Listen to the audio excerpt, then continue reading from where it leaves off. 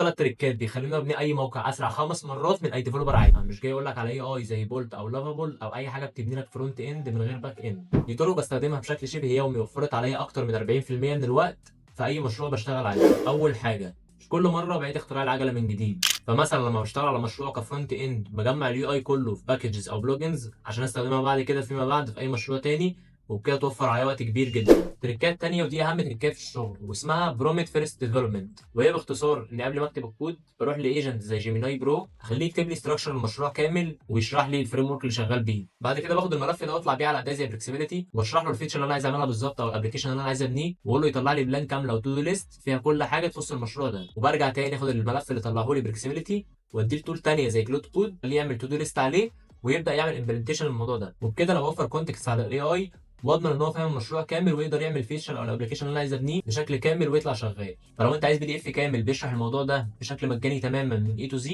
اكتب لي تحت في الكومنتات AI وهبعته لك على طول. تالت تريكايه بقى وهي اهم تريكايه ودي اللي بتوفر عليا 50% من الشغل، وهي ان انا اول ما ابدا اي مشروع ببداه الاول كمايكرو فول ستاك ابلكيشن. يعني ببني الاساسيات الاول، زي مثلا لو الابلكيشن ده اي كوميرس فببني الداشبورد دايما مره واحده وابدا اعدل عليها في اليو اي. ببني لوجن برضو وريجستر للاكونتس مره واحده وابدا بعد كده اعدل في اليو اي بتاعهم. اي لوجيك ممكن يبقى مشترك بين المشروع ده واي مشروع تاني ببدا ان انا اشتغل فيه كفول ستاك ابلكيشن وارفعه على جيت هاب، بحيث اي مشروع شبيه لده اقدر استخدم المايكرو فول ستاك ابلكيشن ده واشتغل بيه على طول. ودي اكتر حاجه بتوفر معايا وقت كتير جدا. فلو انت حابب تعرف تريكات اكتر زي دي، حتى لو انت مش مبرمج وحابب تبني ابلكيشنز باستخدام الذكاء الاصطناعي، اعمل لي فولو واستنى الفيديوهات الجايه.